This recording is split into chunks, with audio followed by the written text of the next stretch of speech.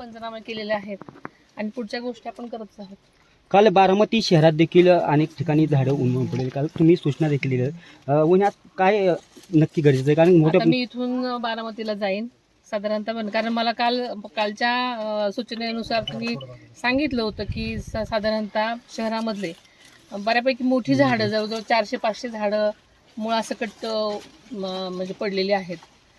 आणि तुम्ही सगळ्यांनी बघितलेलं आहे, सगळ्यांनी चित्रण केलेलं आहे, सगळीकडे त्याचे व्हिडिओज आहेत.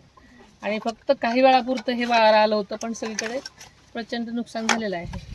खरं तर पीक पाण्याचं मोठं नुकसान झालंय, शेतकरी चिंतित आहे. मात्र सरकारने कर्जमाफी केली आहे, त्यामुळे निकषामध्ये बदल करावे अशी मागणी केली जाते. कृषी मंत्र्यांना या संदर्भात विचारणा केली असता आम्ही विचाराधीन आहोत असं म्हणताय. उपमुख्यमंत्री म्हणून काय सांगा?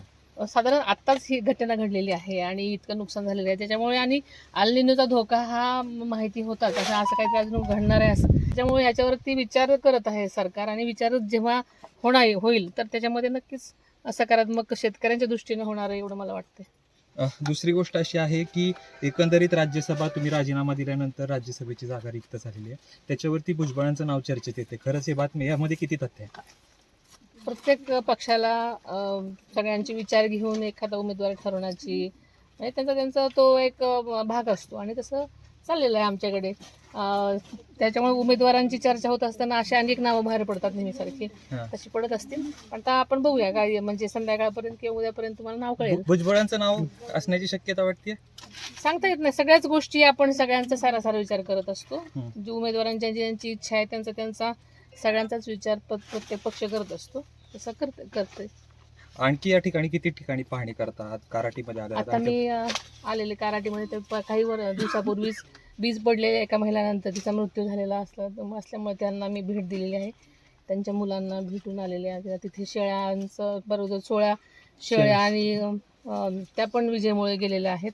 तिथेही सरकारने नुकसान भरपाई लगेच मंजूर केलेली आहे, तेही त्यांना सांगितलं. आणि कालचा म्हणजे 2 दिवसापूर्वी मला वाटतं तेव्हा त्या दिवशी इथे हे वादळामध्ये ह्या केळीचं नुकसान झालेलं आपण आता मी बघते.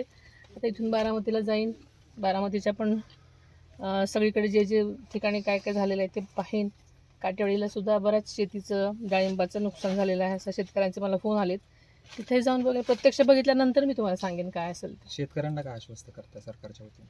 आणि सध्या आधी मला बघितल्याशिवाय मला आश्वस्त करता येणार नाही, कारण काय नेमकं झालेलं आहे.